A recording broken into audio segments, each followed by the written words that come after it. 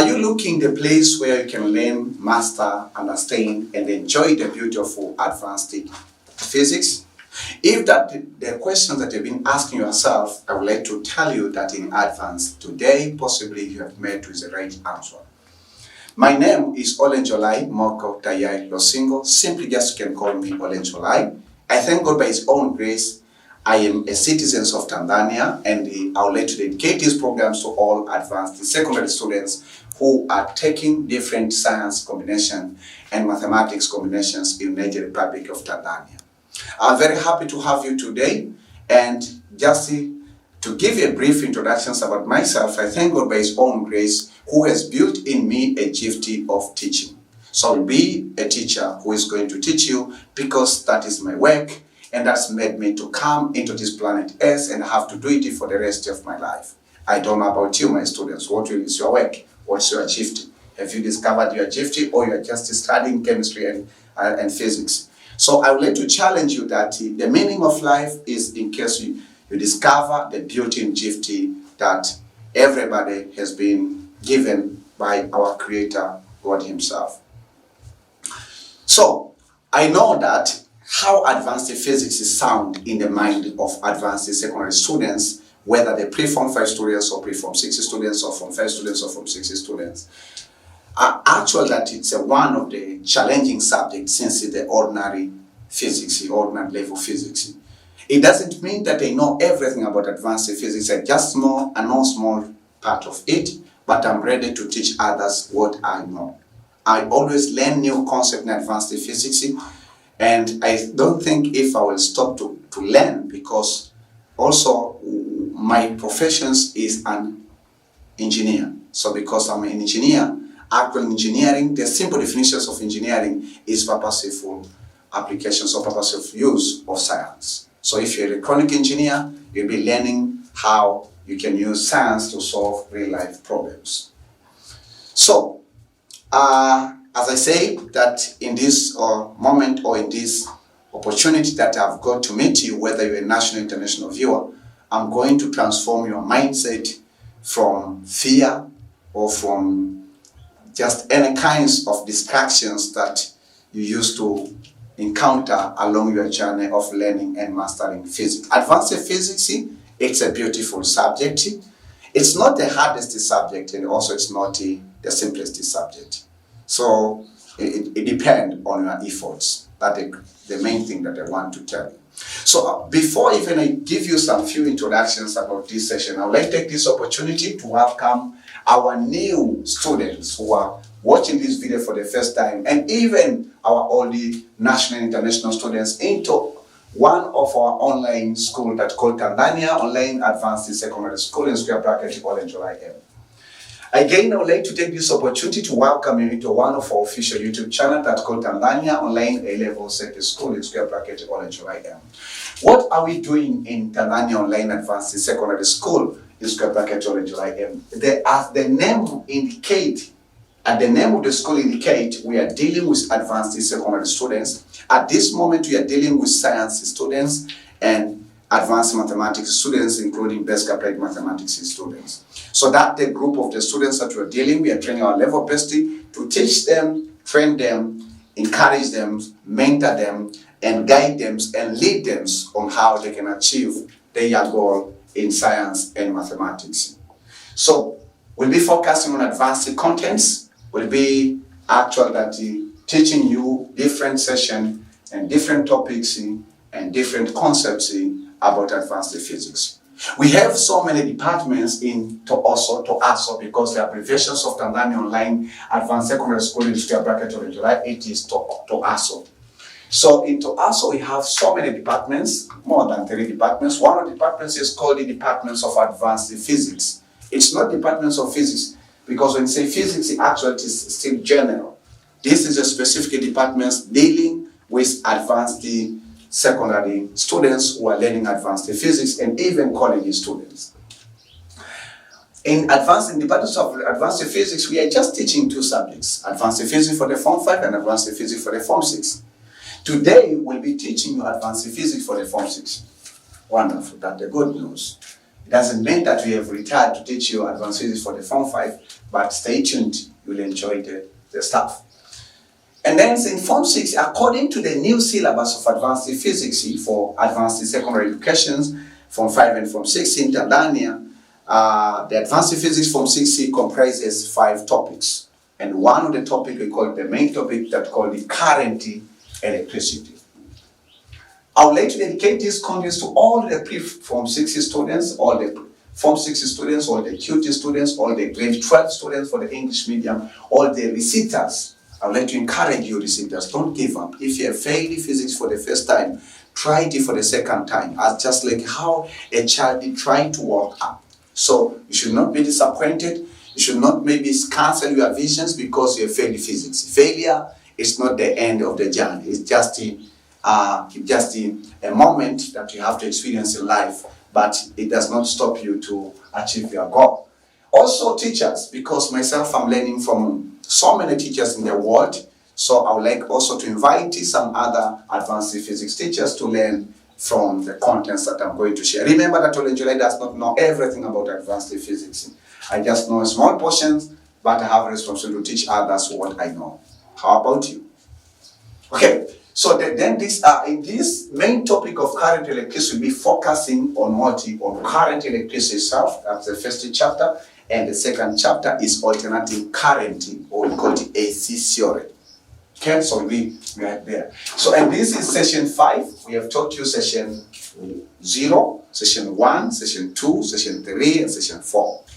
So this is session 5, which is titled as Factors Affecting Resistance of Metallic Conductor.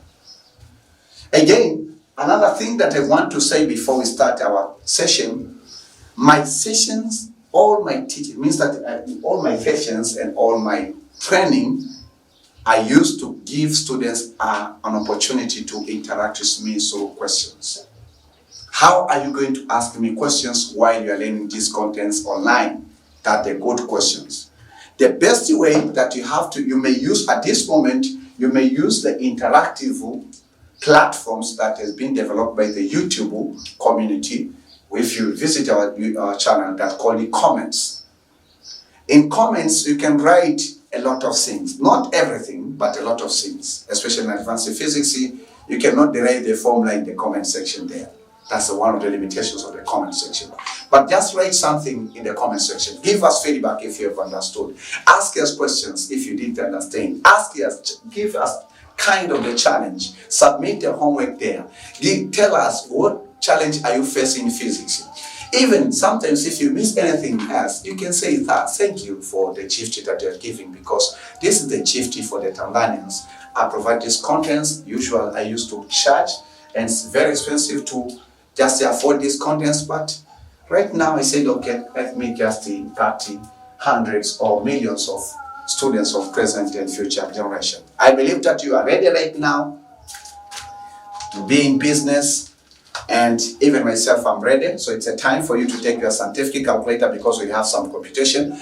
Take your exercise book, take your pen, have a fresh mind, and then be ready, and then don't fall asleep. So you have to make sure that you keep in watch. So let us do a business and let us transform your mindset. So the quick review of session 4. So in session 4, we've been dealing with metallic conductor. So conduction in metallic conductor. How electric current is conducted in metallic conductor. That's the question that we've been trying to answer. And if you do remember that we view a metallic conductor as a cylinder, it doesn't mean that we have thick metallic conductors. Some of them are thinner, for example, copper wire is thinner, but just we draw it in this big picture in order for you to understand, right? So you have thick conductors and also you have thinner conductors, okay? So we say that this one, for suppose that here we have a length that we call T-hour, and then here we have something we call the number of electrons, okay, we have number of electrons. If you apply a potential difference here, and then these electrons will be moving, will be in motion. So if electric current, it means if electrons will be flowing in this direction, then electric current will be flowing in opposite directions due to conversion. So this metallic conductor, we can measure its radius. So because we can measure its radius, we can compute also its cross-sectional area. Okay? And then we can determine the magnitude of electrical current. So remember that here we said we have something called number of electrons per unit volume, which is N is equal to NV. Right? And then we did some derivation, which is very interesting for me. I don't know about you. Finally, we got an expression of electric current. If you want to determine electric current flowing through any conductor, is given as number of electrons per unit volume times what electronic charge times what drift velocity and then times what cross-sectional area. And I told you that in most cases we used to give students tricks that this formula is called never. So never N stands for number of electrons per unit volume, electronic charge, drift velocity, cross-sectional area. Why? Because these electrons will be moving in this direction, so these electrons will be moving with a certain velocity, which is drift velocity, which might be a uniform velocity. Okay? So that's one of the expressions that we have derived and it has been useful. But again, we taught you about momentum. What will be the momentum of electrons? Momentum of electrons in metallic conductor. So that's what we have taught you. But lastly, we taught you how you can derive the formula that related resistance of the metallic conductor with mass of electron times length then of what? Of a number of electrons per unit volume times electronic charge square times cross-sectional area of the conductor times relaxation time. This is the last expressions that we spent almost more than 20 minutes to derive it. If you missed the derivations of this formula, please just visit our official YouTube channel that's called TANZANIA Online A-Level Circuit School in square bracket OLENJOLAIM. Visit the playlist written Current Electricity. You'll find session 4 and you'll enjoy all of these contents.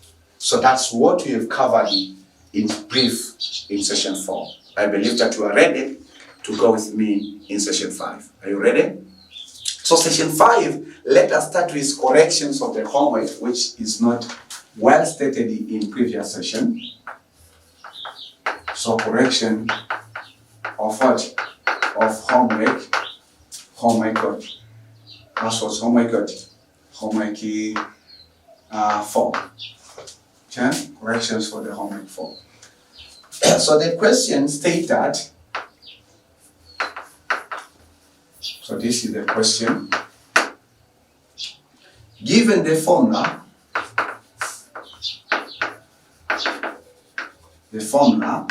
which I've already taught you how you can derive, that relates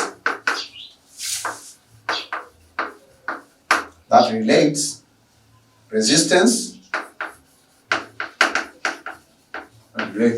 resistance and its factors,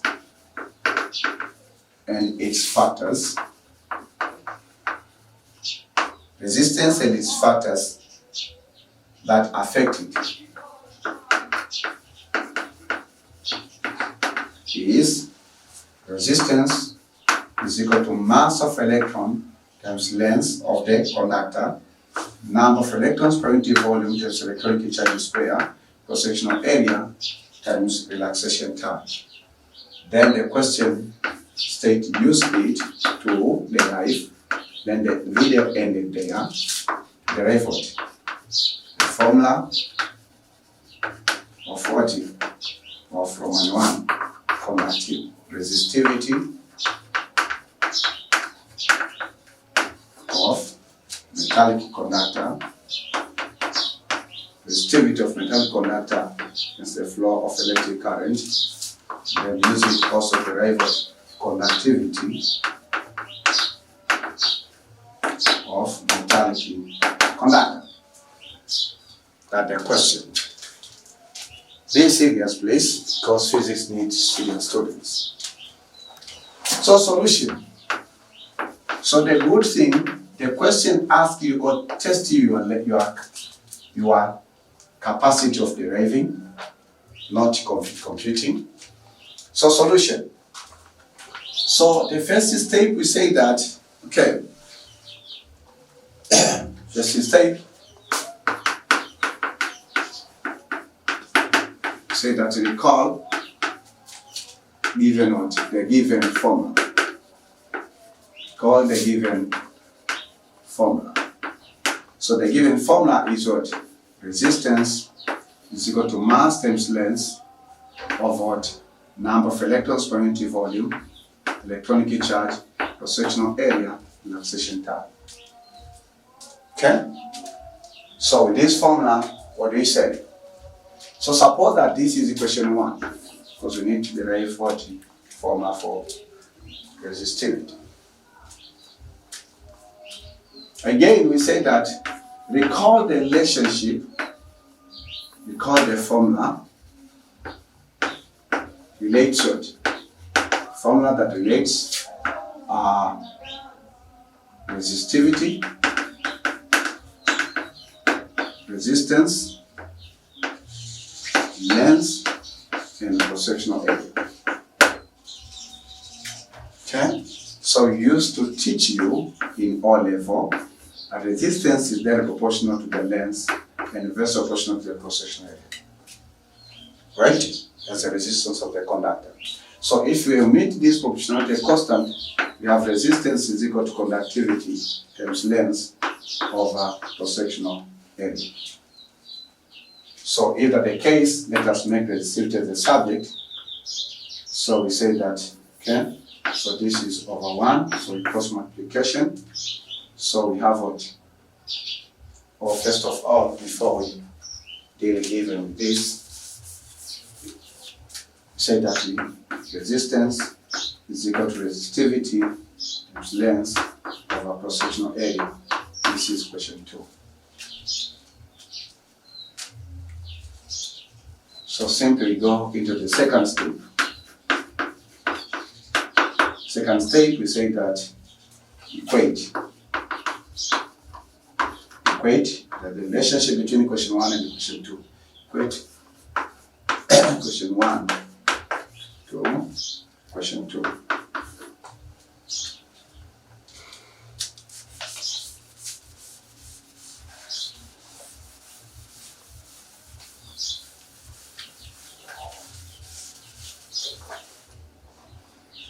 Okay.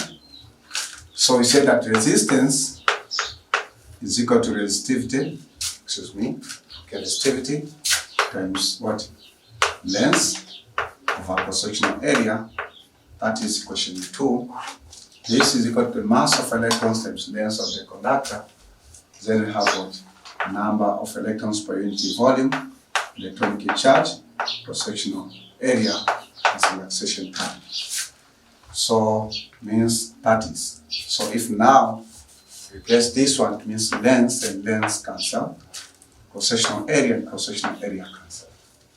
So resistivity of a conductor is equal to mass of electrons of what? Number of electrons, electronic charge times relaxation time. So this is the formula required. So whereby this is what? Resistivity and M stand for what? Mass of what? Mass of electron. Then N stand for what? Number of electrons per unit volume, per volume. And T stand for what?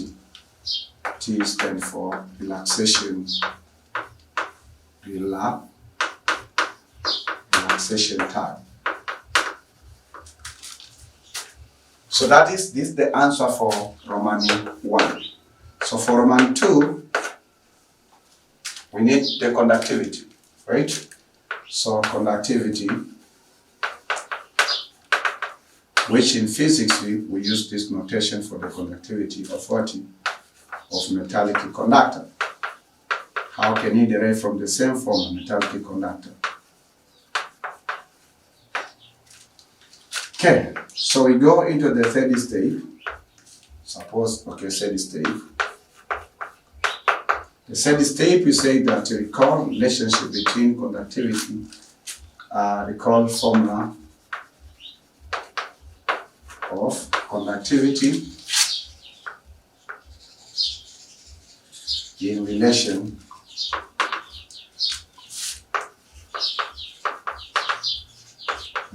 to what? To resistivity. So we taught you that in O level, conductivity is equal to reciprocal of resistivity. Okay, reciprocal of resistivity. Okay, so we may use this formula, but remember that the said equation, this one, we derived it from this formula.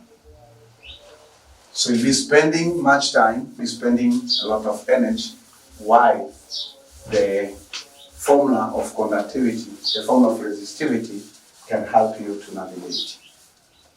So for that case, we go into the, so suppose that this is equation what? This is equation 4, and suppose this one, it's equation 3. Okay? So you say that, if that the case, we go into the first state, substitute equation 4 into equation 3.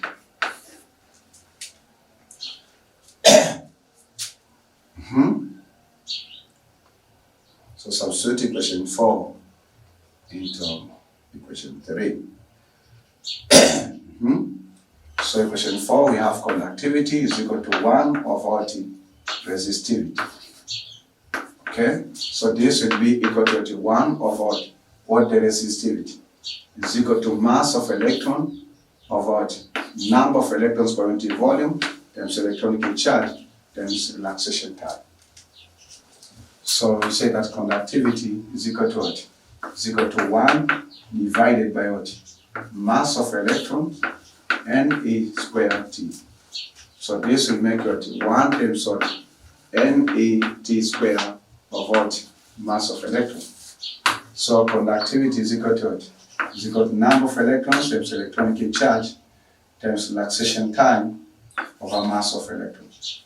So this is the final expression or formula which we are going to use it in solving problem. Okay? So we have defined, in this part we define, this is stands for resistivity, M stands for mass of electron, N stands for number of electrons per unit volume, T stands for relaxation time. Maybe the new terminology here is the symbol for conductivity, whereby this one represents conductivity, represent conductivity of what? Of metallic conductor. Represent conductivity of metallic conductor. Okay? Then you're done. That was the homework. Wonderful. So let us go into the subtitle above, which state that factors affecting resistance of conductor. These are very important factors. You as physicists or physics student, you have to understand these factors and remember them. So factors affecting conductivity of metallic conductors. So factors affecting conductivity of metallic conductors. So we want to start this.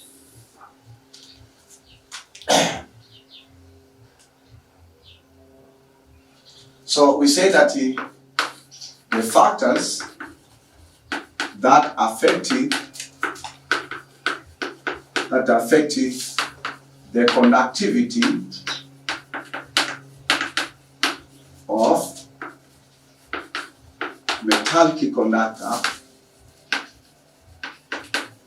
are deduced from the formula that relates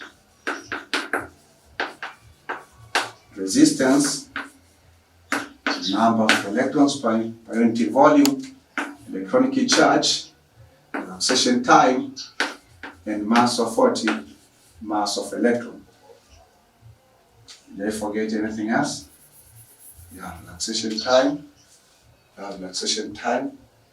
You have mass, resistance, number of electrons per unit volume, and then what cross-sectional area in the cross-sectional area and mass of 40 of electron. How? Recall session 4. Recall what we taught you in session 4, but also we repeated in session 5.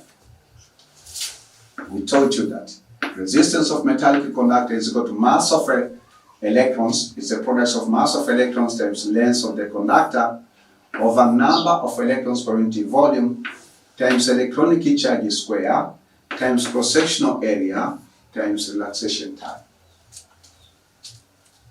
Okay? So from this one, so remember that. Mass of electron, so we say that whereby M, mass of electron, this is mass of 40 of electron, which is constant, which in scientific calculator we know ME, and this is 9.1 exponential 30 negative 30 kilogram. Right? So it's constant. Again, we have A, which is standing for electronic charge. This is electronic charge, which is 1.9 exponential 1.6 or 1.9? 1.6 exponential negative 19. Yes. Negative 19 what? Coulomb. Right? And then we have what? Length of the conductor it can vary. The sectional area it can vary. The accretion time it can vary. We have number of electrons per unit volume. The number of electrons per unit volume. Number of electrons per unit volume, okay, depends on the length and cross-sectional area, but when the conductor has already been made, it cannot be changed. Okay, so this is equal to number of electrons, okay, over volume. So for that case,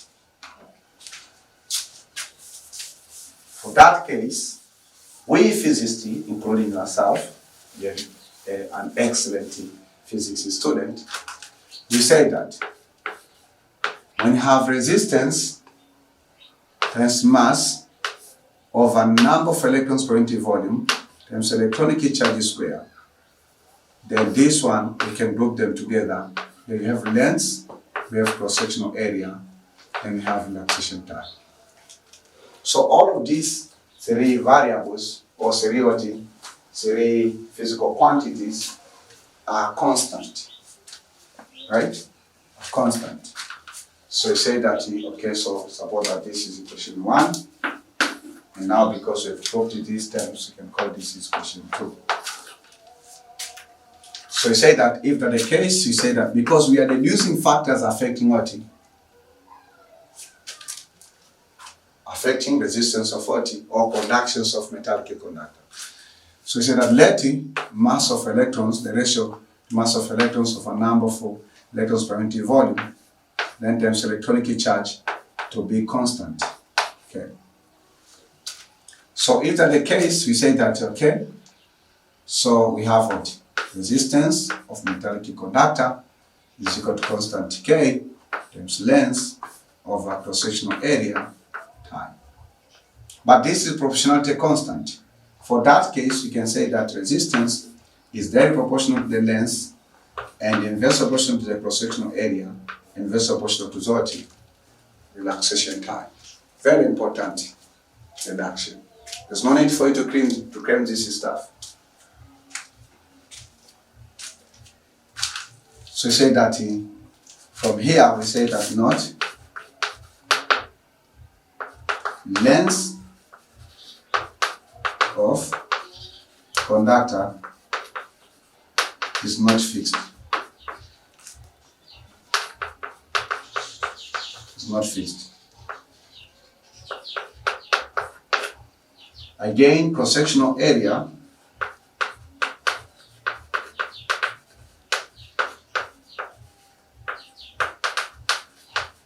is not fixed. then relaxation time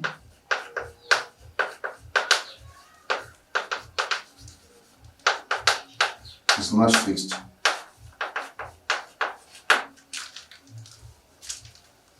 So they can vary. For that case, also the resistance of metallic conductor is not fixed, it can vary.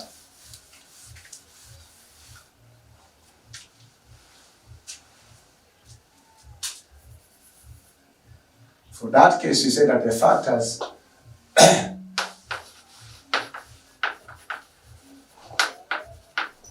that affecting conduction of metallicity of metals are the first factor is length of a conductor. The second one is cross-sectional area. Cross-sectional area. Then the third one is relaxation time, which is representing what? Relaxation time, which is representing temperature. This is the parameter that we learn in this session that representing what? Temperature. Remember, electrons in the conductors, they can travel or they can vibrate.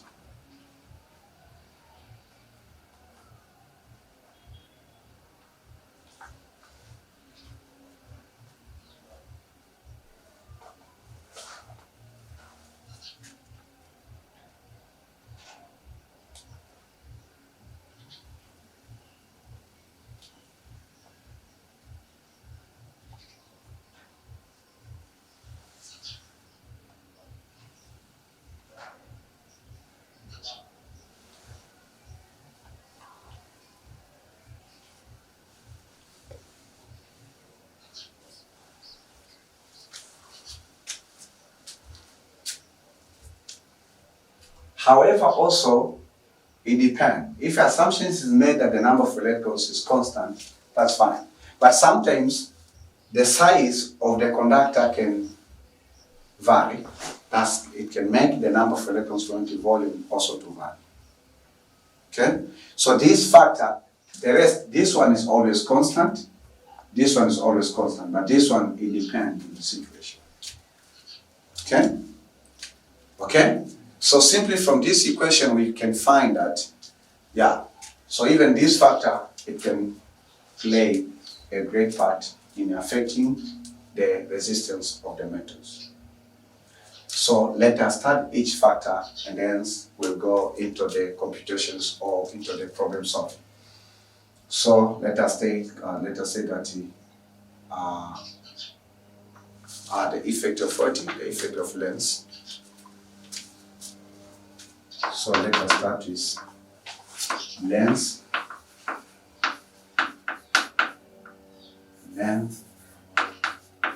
of conductor. How does length of conductor affect the resistance? Length of conductor. Length of conductor. Length of conductor. Length of conductor. Length of conductor. So what the relationship between length of the conductor and resistance, that's all. So I say that from what? From the formula of what? Of resistance is equal to mass times length over number of electrons per unit volume times electronic charge, cross-sectional area, relaxation time. So you say that from there, this one, okay, resistance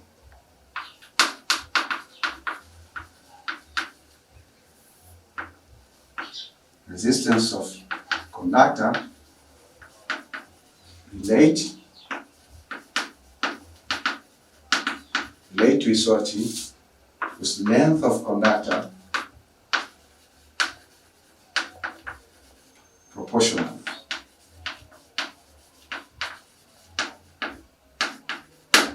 It means that resistance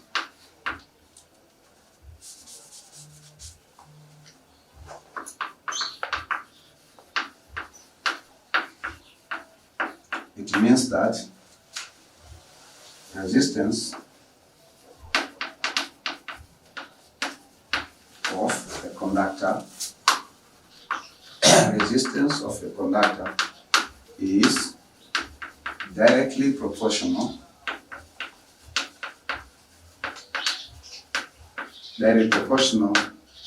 to the length of a conductor. So if you increase length of conductor, you increase resistance of conductor. Okay? If you decrease the length of conductor, then you decrease the resistance of the conductor. So the relationship we say resistance is there proportional to the length of of the conductor.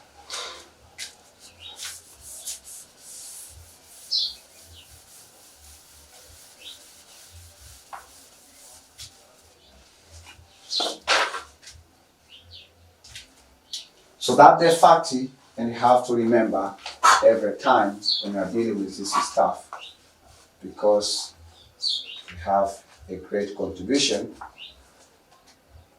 in the life of working, in the life of learning physics. When you say conductor, you should have a good understanding. Basically, in physics, whenever we talk about conductors, we are talking about wires. Here I have a demonstration of the two conductors, which actually will teach you these factors and understand for the rest of your life. You'll never forget it. This is one of the conductor. Okay, so one of the conductors is short in terms of length, right? So if we consider the fact of length itself, it means this conductor will have small resistance compared to the other one, which is longer than this, right? So for example, this one, then we have another conductor which is longer. So you see, so longer and even part of it will remain.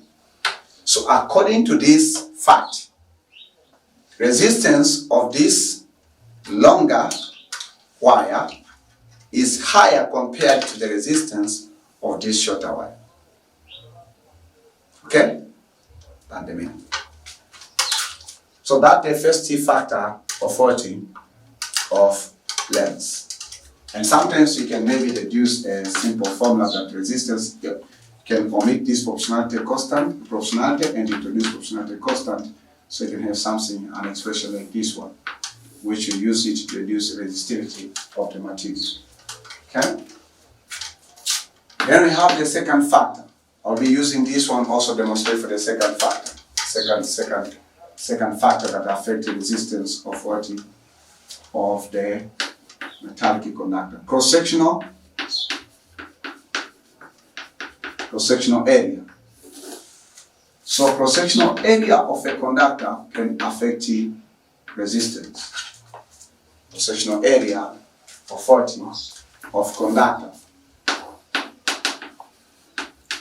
Cross-sectional area of conductor can affect what? Resistance of a conductor. How? So remember the key.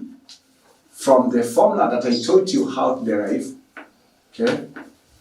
From the formula that I taught you derive resistance is equal to mass times length of a number of electrons per unit volume times electronic charge square times cross-sectional area times time. So from that, so you say that we find resistance of what? Of conductor relates with what? With cross-sectional area. How does they relate? So relate with cross-sectional area inversely. So you say that when cross-sectional area when cross-sectional area of conductor. So here we say that it means that the resistance of a conductor is directly proportional to the length of the conductor. Okay. So when the cross-sectional area of a conductor increases, then its resistance decreases. So you see the inverse proportionality. So when the cross-sectional area of the conductor increases, then its resistance decreases, and the vice versa. Make sure that you remember this phrase, and vice versa. Okay? So what does it mean? If you keep mass, length, number of electrons, electronic charge square, and acceleration time t, then you can find resistance inversely proportional to the cross-sectional area.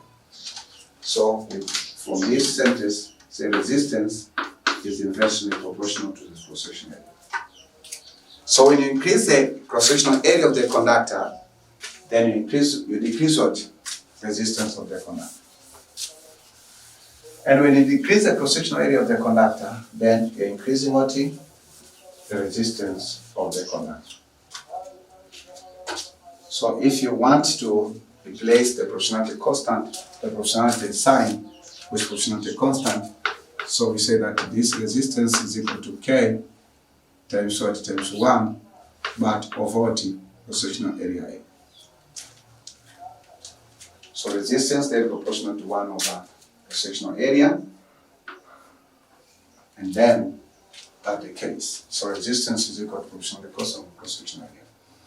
Okay, so if that's the case, also this is kind of the simple formula that you have to remember. You may use it.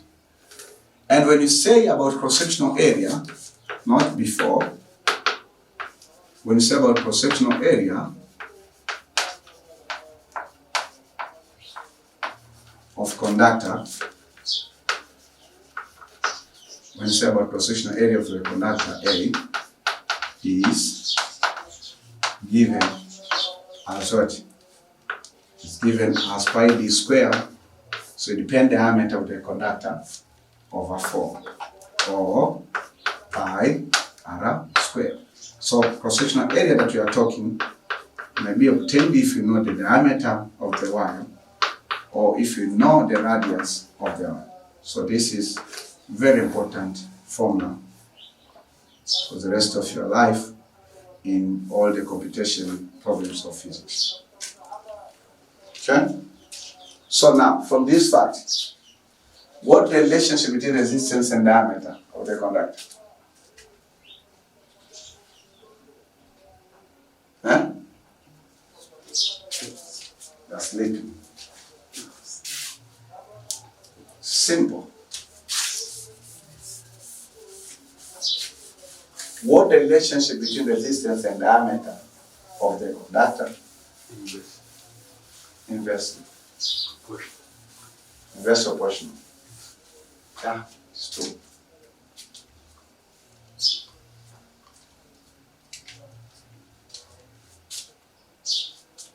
And with radius, still inversely proportional. Okay, so those are the two factors. Just to do demonstration.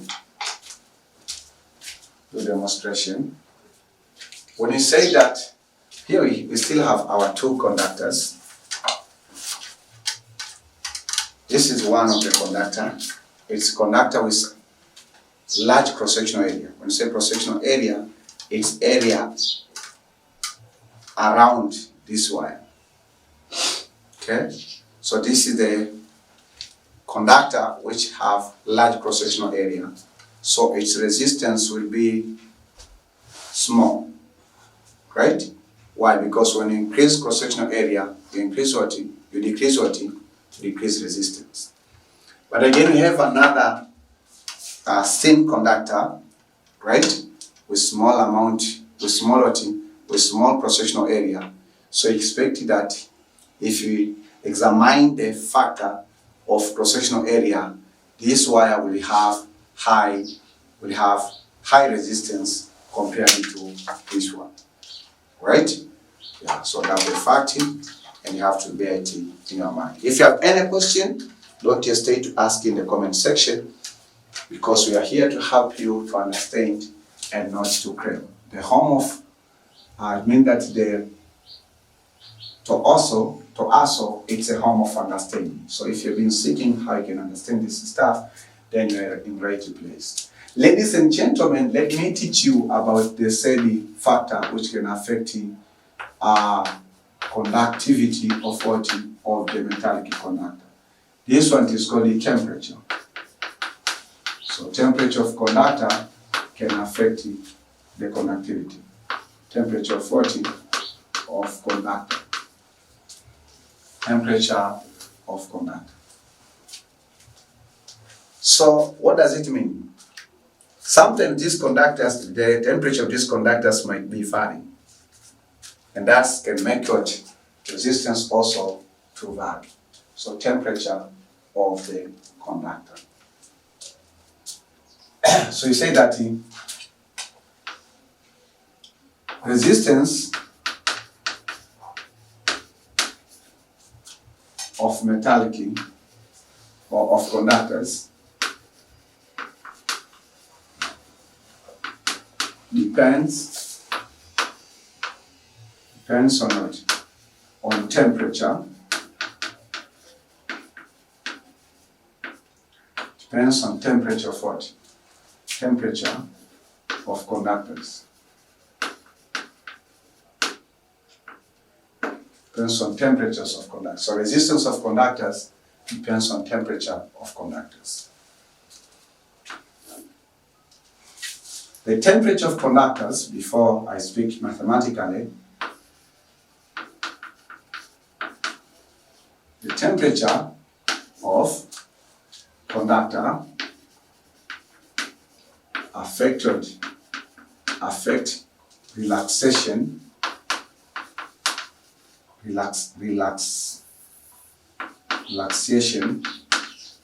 time.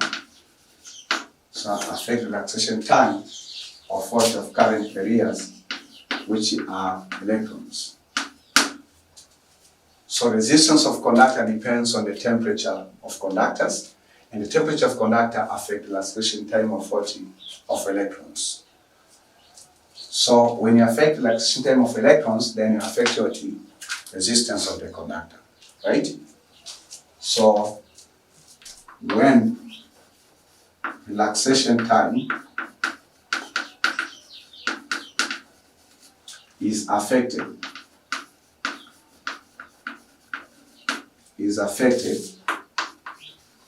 then its resistance, when relaxation time of conductor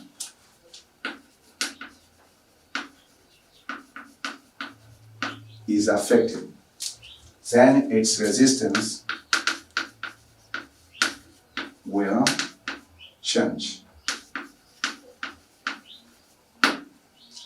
So it means that resistance depends on the temperature according to the relaxation time. When you say relaxation time, it means vibration times of electrons. Because you say if you apply potential difference at one end of the conductor, then electrons start to move or start to vibrate in order to conduct electricity from one point to another point. So when that time of relaxation, of collision between, for example, that here we have an electrons at this point, so suppose that this is the conductor. So this is the conductor. I want to explain the relaxation time. This is the conductor, and we have, let's suppose that the distance between these two electrons is there. Is that right? And hence we apply a potential difference here. So when you apply a potential difference, which will contain electric field to drive that potential or drive electric current there, then what happens? So it means the first electrons that we receive these kinds of energy, electric energy, will be this one, right? So this one can vibrate to this point, or it can travel. So it means that, for example, for these electrons which are separated apart like that, you can find that this is separation time 1. Okay? So that separation time is quite different if you have another electron here. So separation time between this and this will be, let's say, T2. So it means that T2, but also depends on the amounts of the potential difference supplied. But simply relaxation times, it's a time when these electrons vibrate or move and hit another electron. Go together. So before we explain that how temperature affects time, let us speak mathematically first, then we speak what? Mathematically first, and then we speak generally about what we mean speaking. So say mathematically, you have to recall from resistance is equal to what? Mass of electrons times length over number of electrons per unit volume times electronic charge times cross-sectional area and time.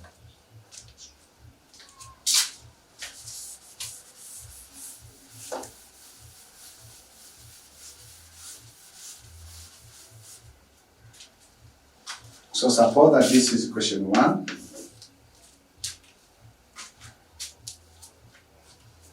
So we say that assume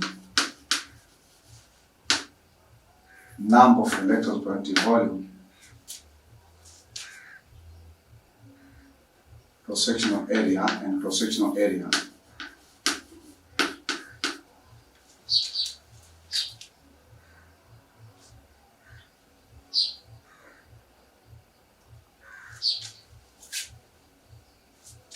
So assume length or number of electrons per unit volume and cross-sectional area are constant.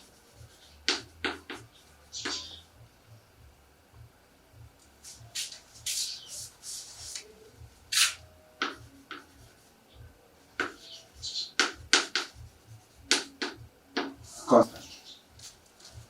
So from that fact we say that resistance now is equal to mass times length over number of electrons times electronic charge times cross-sectional area times 1 over cross-sectional time.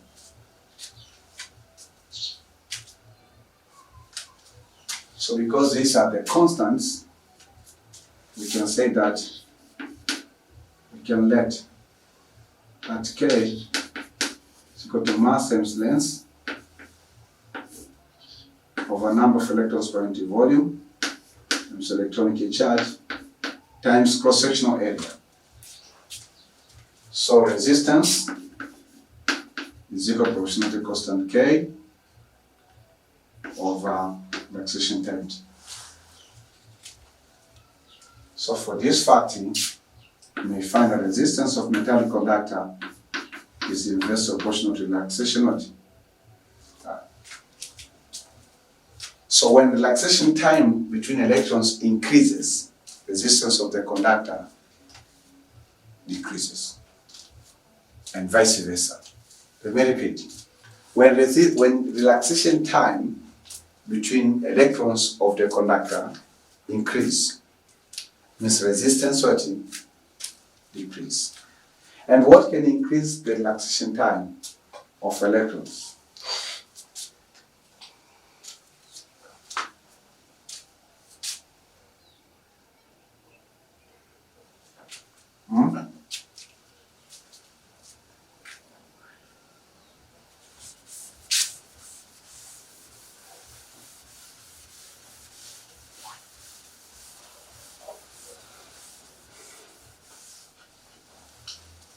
Okay, so resistance is inversely proportional to relaxation time.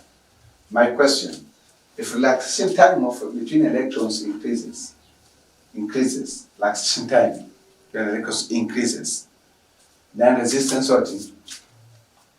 decreases, right? When relaxation time decreases, then resistance increases. Okay? At the point that you have to note.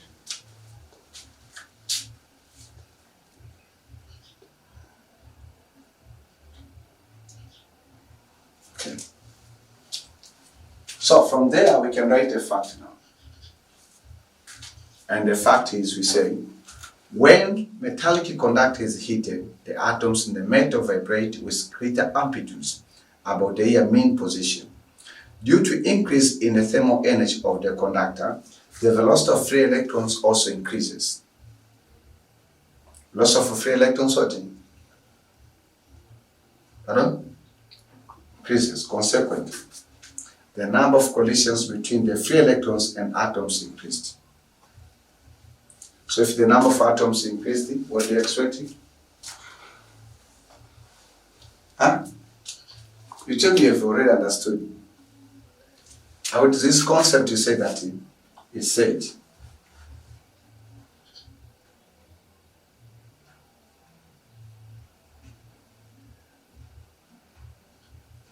So you say when you increase the collision time, we decrease what? Resistance, and vice versa. That's the point.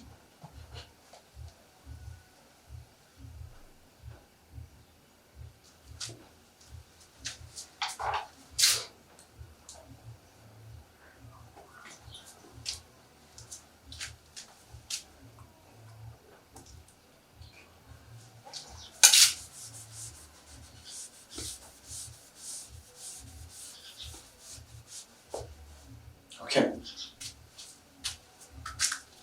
We're still explaining the effect of what? Of temperature at the metallic conductor.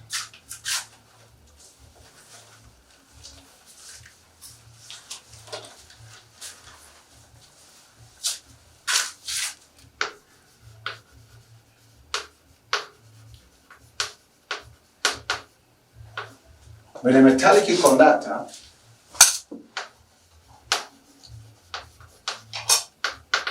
is heated,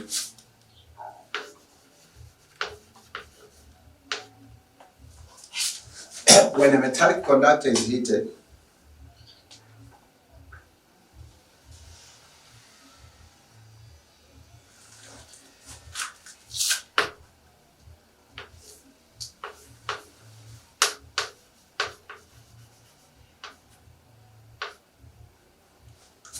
so you say that then the atoms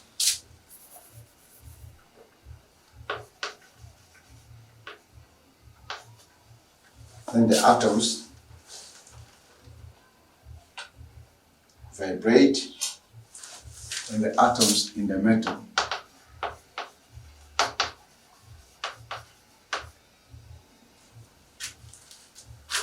when the atom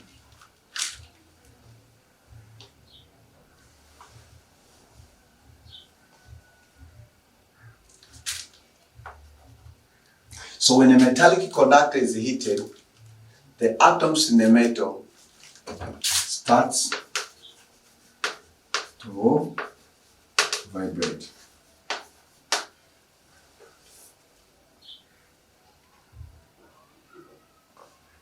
Okay, so say that the atoms in the metal start to vibrate with greater amplitude.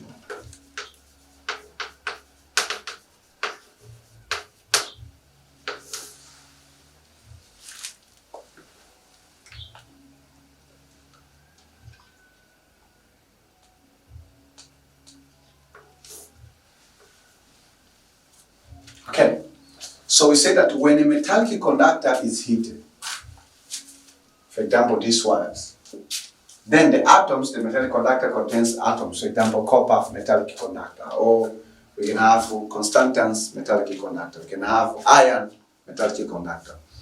So when they are heated, the atoms in the metal starts to vibrate with a greater amplitudes about their mean position.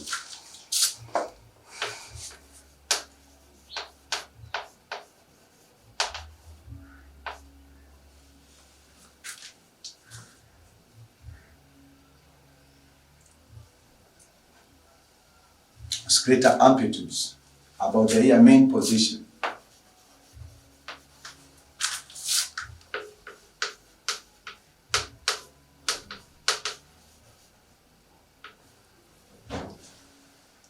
About their main position.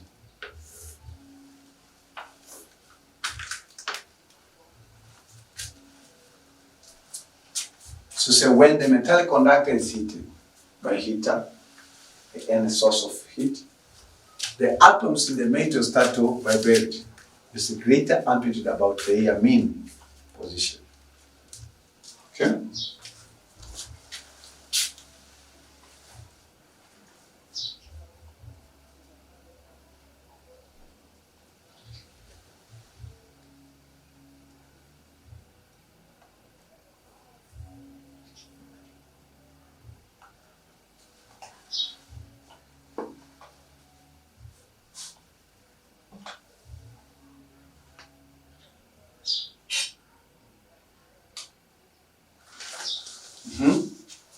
So we say that we have a metallic conductor, we heat the atoms in the metal, start to vibrate. When we say vibrate, it means executing which type of the motion? Simple harmonic motion, right? So it means up, down, up, down, up, down, up, down. With a greater amplitude about their mean position. Huh?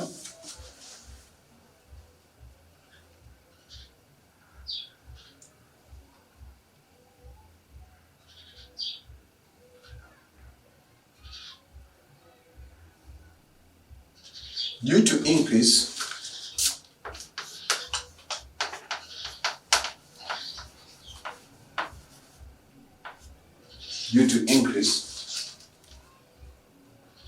in thermal energy,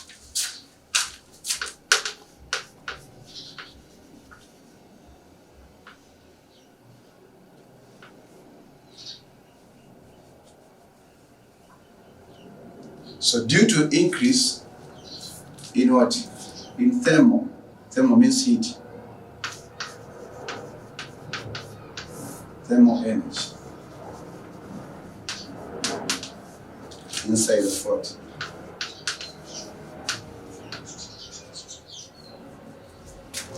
So due to increase in thermal or heat energy,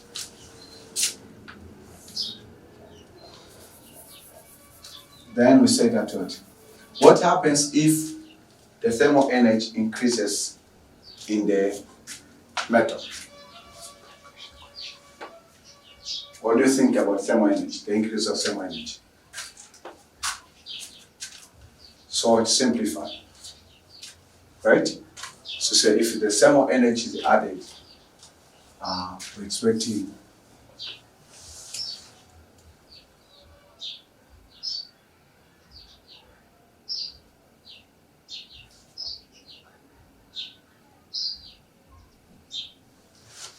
say that due to the increase in thermal energy, the drifting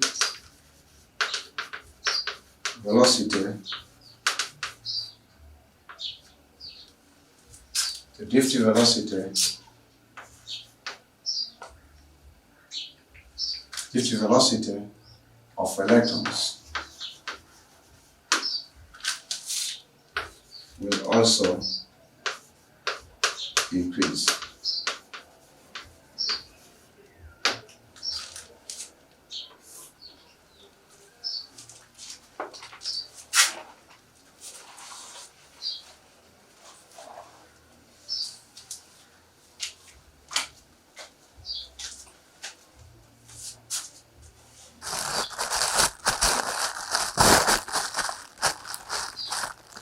Okay, so we say that the first sentence, when a metallic conductor is heated, so we are examining the factor or the effect of temperature to the resistance of the conductor. The atoms in the metal start to vibrate with greater amplitude about their mean position. What does that mean? Before even I continue, mean that we say if electrons start to vibrate, suppose that this is y-axis and this is horizontal axis. So we say that with greater amplitude means that the electrons start to execute simple harmonic motion. So this is the amplitude. So we say amplitude is the distance from the mean position to the maximum displacement. Okay? So if that is 30, that's what happens. So there's a vibration. So vibration is to and fro motion. So electrons start to experience to and fro motion. So again, the second sentence, due to the increase in thermal energy, inside the metallic conductor, the drift velocity of electrons will increase. Why? Because the thermal energy break the bonds or break any kinds of the limitation. Because remember that even the valence electrons is weakly attracted by the nuclear attractive force, right? So the nucleus of an atom is still attracting those. But if the temperature, or for example, you apply the thermal energy, that thermal energy is going to break that bonds or that attraction force, so electrons will be more free. Are we together? So the increase of drift velocity will also affect what? The relaxation what? Time. Okay? So increase the relaxation time. So the increase of drift velocity, and why do we call it drift velocity? What the reason? Because it is average velocity. Right? It's average velocity. You have so many electrons, and then the electrons, they attract vibrating into the three-dimensional. So we have x-axis, y-axis, and z-axis. So that's why we call it drift velocity, because the average velocity. The increase of drift velocity due to temperature,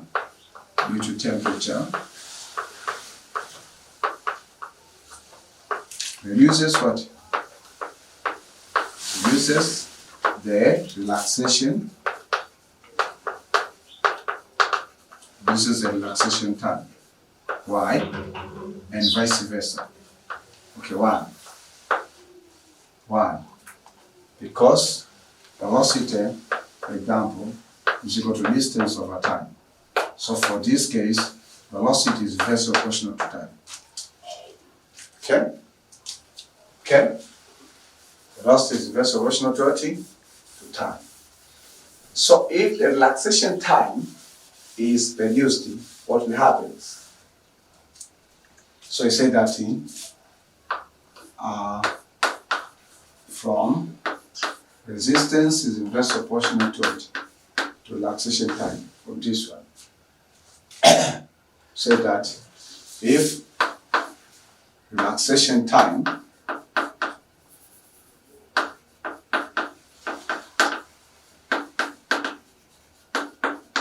is reduced, then the resistance of what? Of conductor will be increased.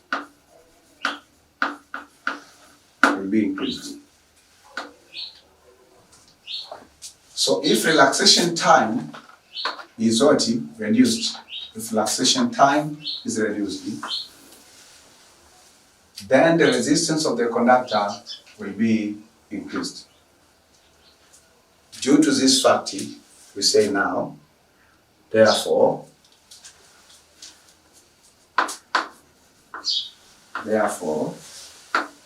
the resistance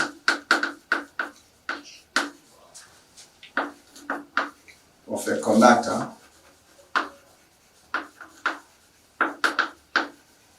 is directly proportional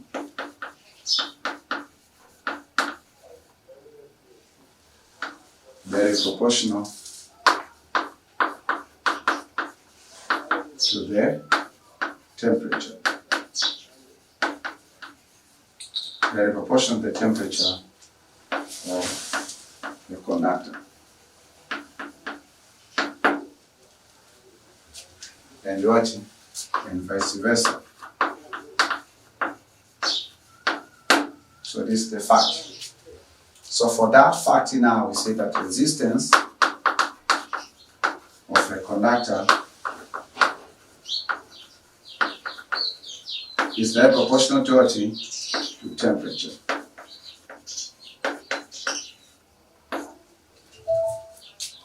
So it means that we can say that resistance is very proportional to what? In terms of temperature. You can also remember the kinetic theory of the case, but this is enough about the effect of temperature, or the effect of temperature, the resistance of the conductor. If you have any question about factors affecting the conductivity of metallic conductors, then don't hesitate to ask in the comment section.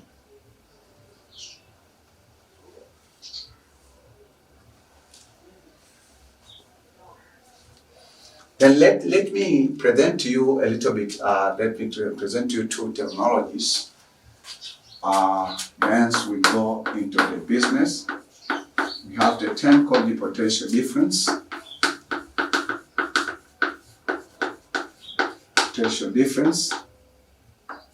Potential difference. Potential difference. Potential difference. So potential difference, we say that, what is potential difference?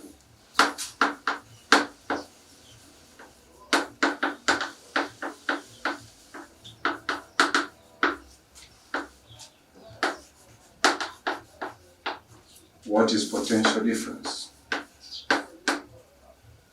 So we say that potential difference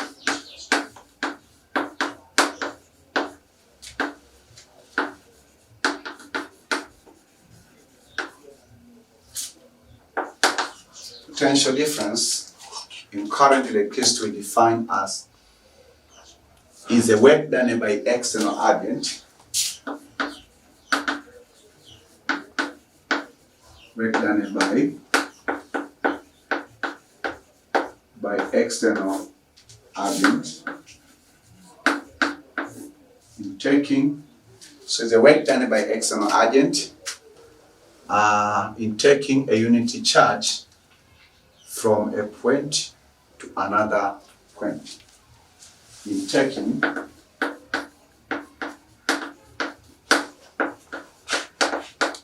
a unit charge from one point to another point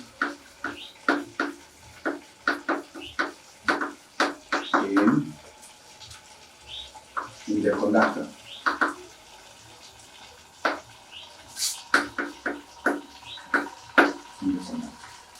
So potential difference is the work done by external agent, taking a unity charge from one point to another point in the conductor. So for that case, you say that we have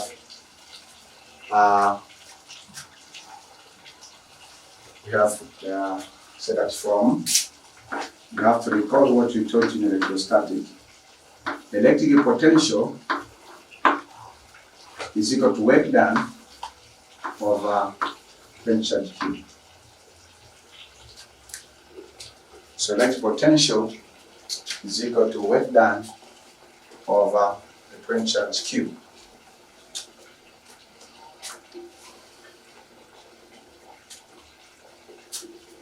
So if that's the case, you say that work done is equal to electric potential times point charge Q. But according to the dimension, we remember that work done is equal to energy.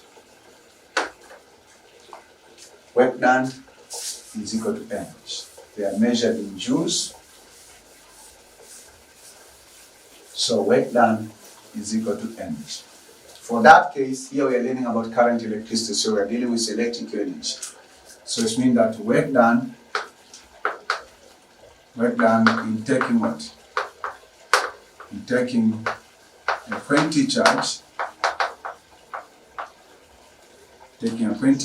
work done in taking a 20 charge is electrical energy. It's electrical energy. So simply electrical energy is equal to electric potential times point charge. But from what we told you that quantity of charge is equal to electric current times time.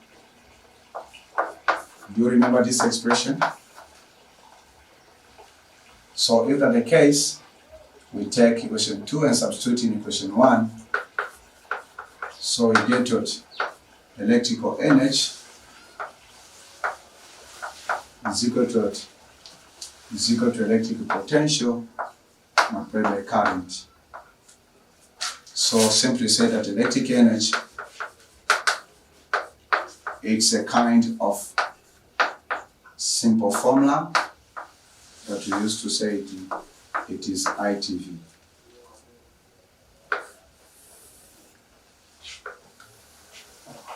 Again, another technology that you want to cover, which you need it in solving problem, is called electrical power. Electrical power. So what is electrical power? So simply say that electrical power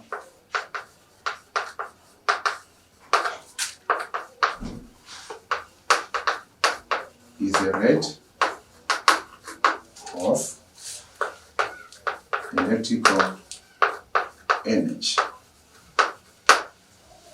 So power, electrical power, is equal to electrical energy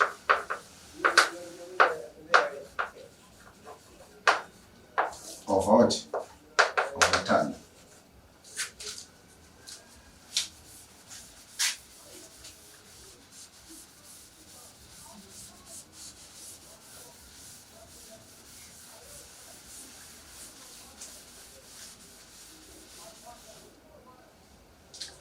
So electrical power is equal to energy, which is ITV over time.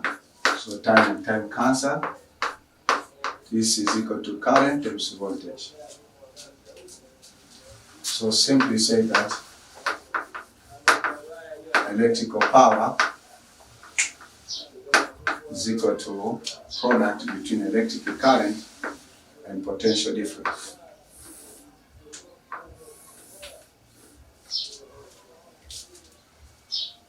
It's a formula which is familiar for many advanced secondary students, so nothing new there.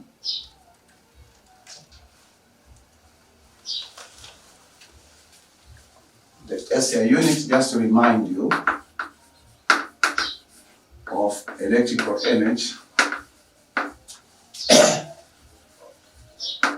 The SI unit of electrical energy is joules.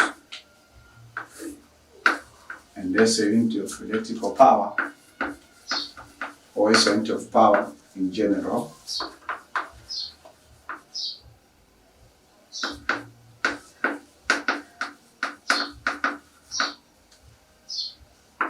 is what?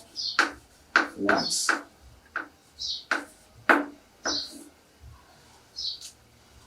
Okay?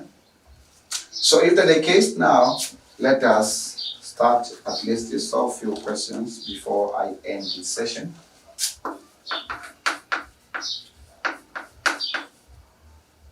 Don't remember exactly the number of questions or the number of examples.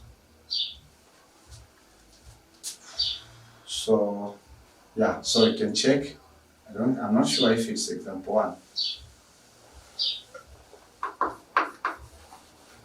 I'll just check. How many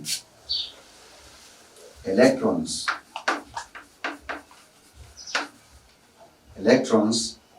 flows? How many electrons flow through the filament?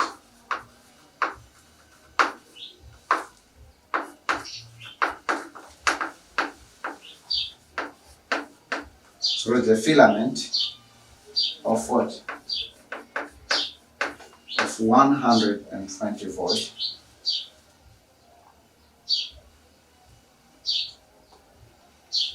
And the 60 watt electric lamp.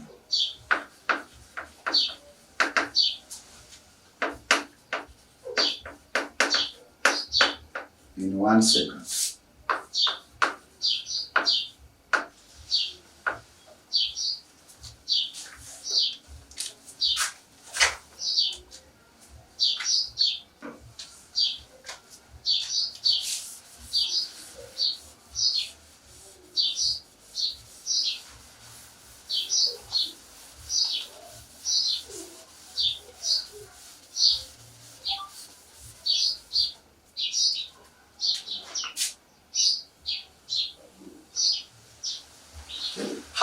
electrons flows through the filaments of 120 volt and 60 watt electrical lamp in 1 second. The question.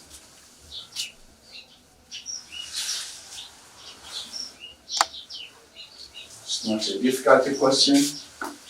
It's the simplest example. So for you who is writing the numbering, this example.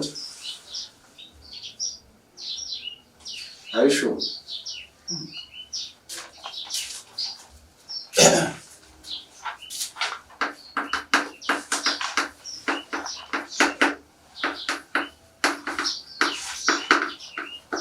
So data given. We have electric potential. The potential difference, which is V, is equal to 120 volts. So they've been given power,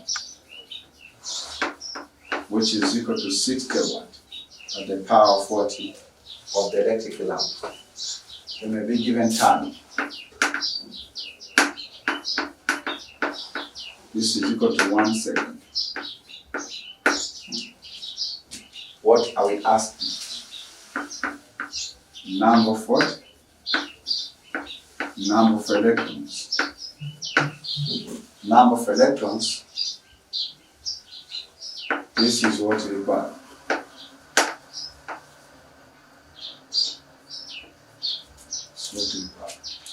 So the second step,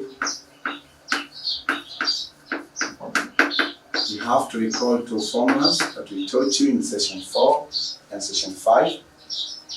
Recall the two formula according to the data that we're being given. The first is formula, the formula that can help us to find power.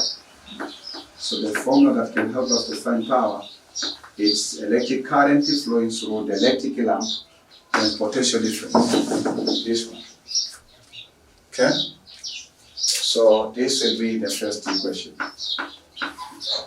Second step, the third step, recall again, in the second step, recall the formula that can help us to compute the electric current depends on the number of electrons per unit volume. Okay? So you say that I is equal to number of electrons per unit volume times electronic charge times derivative velocity times cross-sectional area. So what are we looking for? We are looking for N. Okay? Looking for N. No, this expression should not give us because we don't know the cross-sectional area. So we have an expressions, we don't know the cross-sectional area, we don't know the derivative velocity. Okay? So the best expression that can help you here, you have to remember what we taught you in electrostatic. And basically we taught you that quantity of charge is equal to electric current times time. But also quantity of charge is equal to number of electrons times electronic charge. So electric current times time is equal to number of electrons times electronic charge. So this is what is equation 2. But we can simplify this equation 2 before substituting equation 1. So we can divide by time, and on this side divide by time. So electric current is equal to number of electrons times electronic charge over time. This is equation 2. Why did they recall expressions that give us quantity of charge, which is equal to number of electrons times electronic charge, which is equal to what? Electric current times time? Because according to the data that I've given, the question did not state anything about derivative velocity. The question did not state anything about radius of the conductor or diameter of the conductor or cross-sectional area of the conductor. So it means that I will have a single equation that can help me to determine maybe number of electrons per unit volume. But again, the questions ask you the number of electrons, not the number of electrons per unit volume. you have to understand the difference between capital N and the small n. Okay? So, after that, we go into the third step. The third step, we say that let us substitute equation 2 in equation 1. So substitute equation 2 in equation 1, we say that power, which is given, is equal to number of electrons times electronically charged times electric potential over time. Okay? So number of electrons times electronically charged over time. So we know the power, we're looking for this one. So we can cross multiplication, make n the subject. So we have power in numerator divided by what? Electronically charged, electric potential is equal to number of electrons. Okay?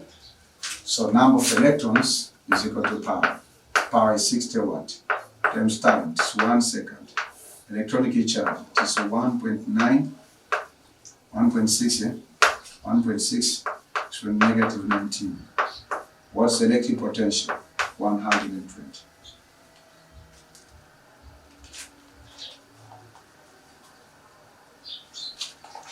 So the number of electrons you have to use, you have to take your scientific calculator. If you don't have, please go into the descriptions of this video to see how you can order the scientific calculator from our TOASO library.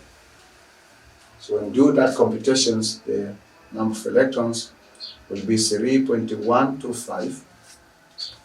3.125 exponent 18.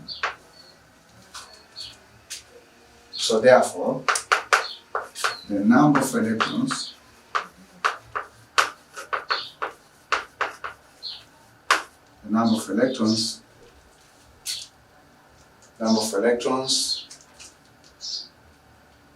flows through the filament. Number of electrons flow through filament is 3.125 exponent 18. Okay?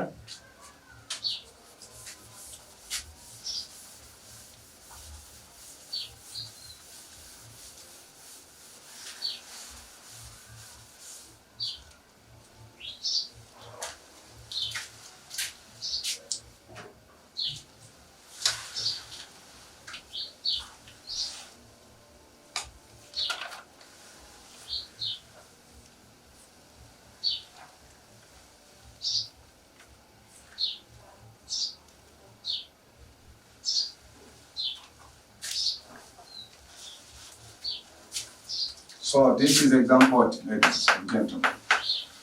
32, 4, 5. I'm not writing the number of questions. I think I left how many homework? 1, 2, 3. So that's 4. So this is example 5.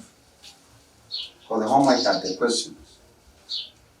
So I'm still doing simple question just to build the foundations in your mindset.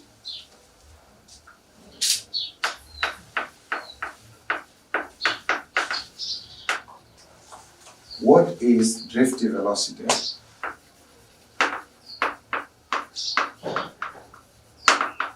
What is drift velocity of electrons?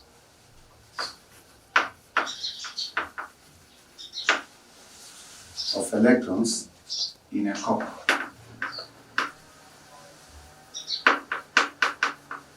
In a copper conductor.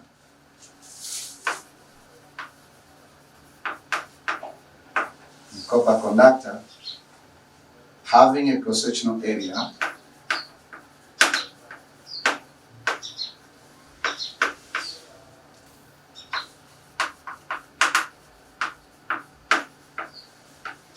having a cross-sectional area of 5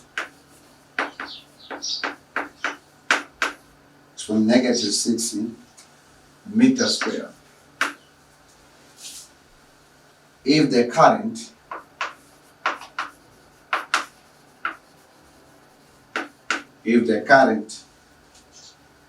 is 10 ampere, assume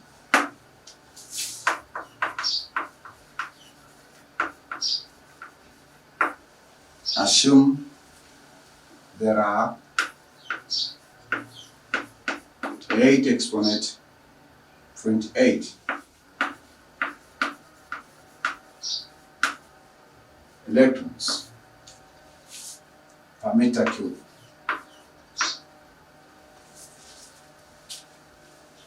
That is one of the simplest questions in current electricity. So let us read the question together. What is drift velocity of electrons in a copper conductor having cross-sectional area of 5x for negative 6 meters square? If the current is 10 ampere, assume there are 8 exponent 28 electrons per meter cube. You can pause the video and then try this question yourself. Once you try in the rough paper, you can come and check your response solution. So the first step, you say that data given.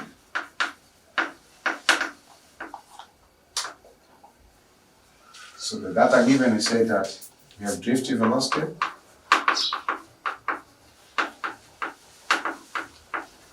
this is what's required. Then you have what? You have cross-sectional area. This is what? 5 is for negative 60 meters square. Then you have what? You have number of electrons.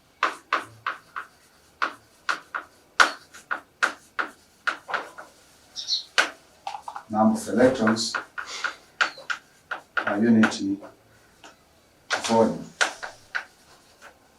Unity volume, this is n, is equal to 8 exponent 28.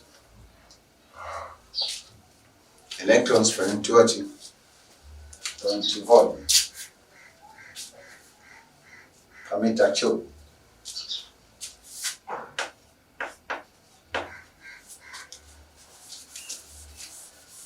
Then we are given what? The magnitude of electric current. So current, which is direct current for this case, because it is what? A copper conductor. Can be direct current or alternating current, 10 amperes. So the second step, you have to examine the given data and think outside the box in how you can get the required physical quantity. So second step, we say that recall the formula that relates that base current is equal to number of electrons per unit volume times electronic charge times drift velocity times cross-sectional area. We are looking drift velocity, so we divide by NEA, then here we divide by NEA.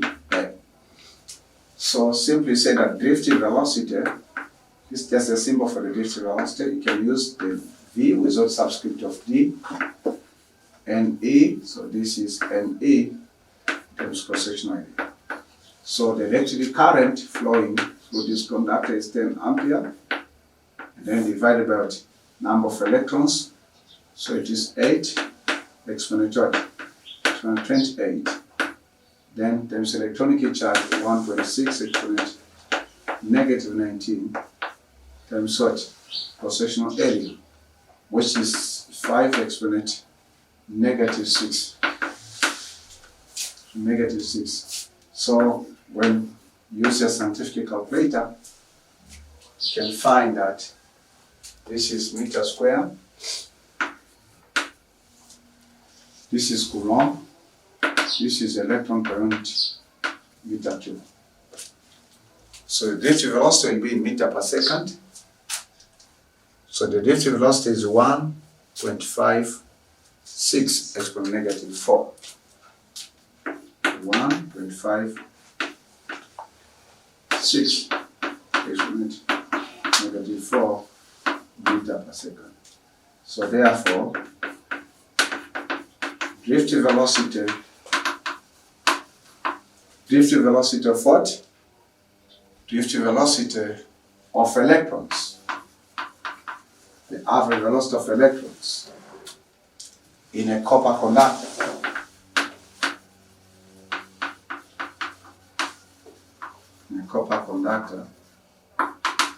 is 1.56 exponent negative 4 meter per second. The response.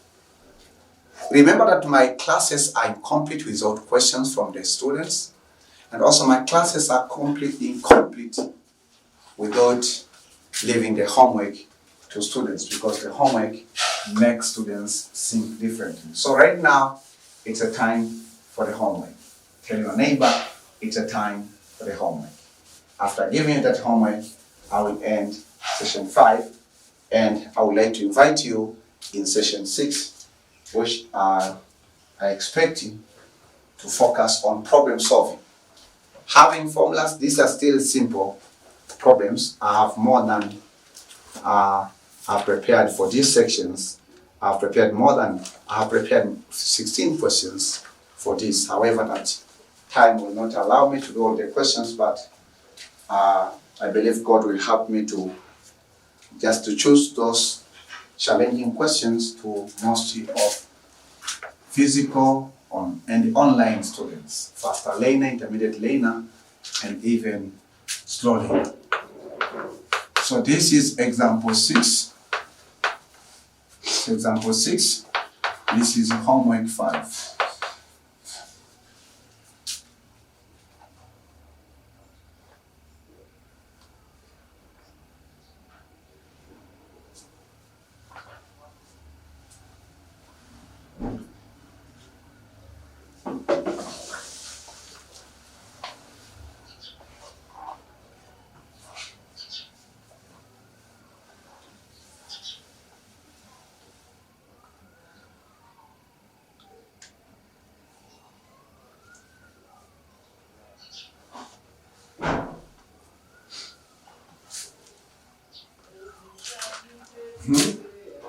So be careful. Calculate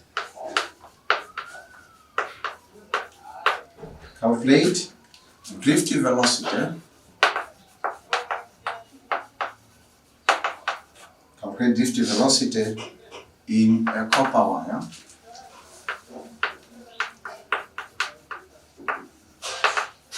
In a copper wire of diameter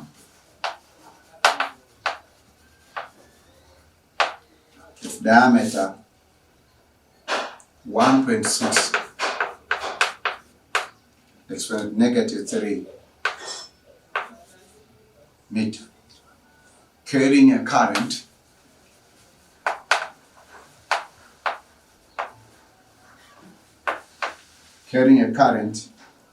of 10 ampere. 10 ampere given density of copper.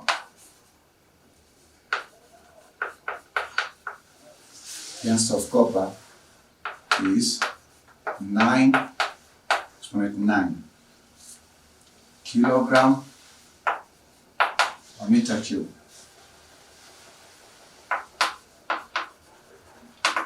Atomic weight of copper is 65.5 gram per mole. Assume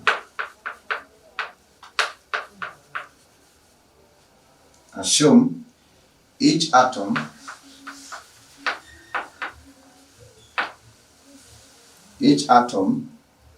of copper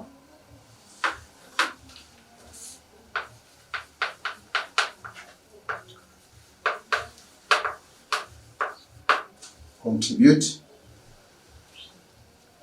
one free electron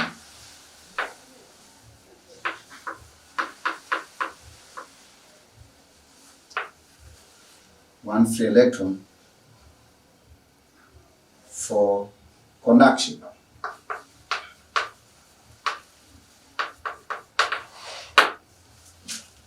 That's the question that you have to try as a senior student to answer. Let me read in case that you miss or you can't read some of the words. The question states that calculate drift velocity in a copper wire of diameter 1.6 to the negative 3 meter, carrying a current of 10 ampere. Given that, or given the density of copper is 9 exponent 9 kilogram per meter cubic. The atomic weight of copper is 65.5 gram per mole. Assume each atom of the copper contain or contribute 1 free electrons for the conduction. Assume each atom of copper contribute 1 free electrons for conduction. Ladies and gentlemen, this is the end of session 5, which has been titled as Factors Affecting the Resistance of the Conductor. I would like to take this opportunity to thank you for paying attention and for joining me from the beginnings to the end of this session. I believe that this session has transformed you from the old state to the next state. I would like to take this opportunity also to invite you in the next session. First of all, before inviting you in the next session, you can access our previous session, session 0 of current electricity, session 1 of current electricity, session 2 of current electricity, session 3 of current electricity, session 4 of current electricity. You can access them in our official YouTube channel which is called the Tanzania Online A-Level Circuit School in square bracket Olenjolai. But again, you can access them in one of the playlists that called the current electricity, where you can go through all of this, all the videos. Means every session is in a single video. You have to make sure that you begin the session and you end it before going through the next session. Another thing that I would like to let you know, or just remind you, please use the comment sections of this video to ask me questions, to submit your homework, to give me the feedback if you've understood, and even also to share with me the testimony, how these sessions of current electricity transformed your life from the fear of physics or advanced physics into the victory moment of advanced physics. I know that it might be a hard work, it will be a work of so many days, but even ourselves, we have been pursuing this subject consistently. Okay, so at the beginnings, we have given up, we have saw that we cannot manage to maintain what we have to maintain, or to keep it up. So, but later on, as long we've put a lot of effort, later on, we encountered ourselves that, yeah, God is at work. So another announcement, I would like to invite you, in case you want to offer your freely Thanksgiving for this program. This program is actually very expensive to get these contents. It's very expensive, but thank God who have paid the cost for you. So you can send your freely Thanksgiving through that telephone number 0759 745331, and registered name is Olenjolai Tayai. You can, when I say about your freely Thanksgiving, don't send because I said, send because you want to offer your freely Thanksgiving from your heart, and from just because you have to make sure that you offer it generous in generosity, right? So it means that you offer it to please God and not to please me. Okay? So again, you can send freely your Thanksgiving of an amount of 50 Tanzanian shillings, 100 Tanzanian shillings, 500, okay, 10,000, maybe 1 million, 100,000. So myself, I used to offer my freewheeling Thanksgiving in this project day after day. How about you? And God is blessing me from time to time and day to day because of just offering Him through this program, which will impact millions of students of present and future generation. Okay, so another thing that I would like to insist you can share these contents with other students to let them know. I know that sometimes you have some of your classmates, some of your schoolmates, they have been suffering with advanced physics. Maybe they have been studying in a wadi advanced secondary schools. Right now with these programs, you can access these contents anywhere at any time. So may God bless you and keep you. I will keep on praying for you.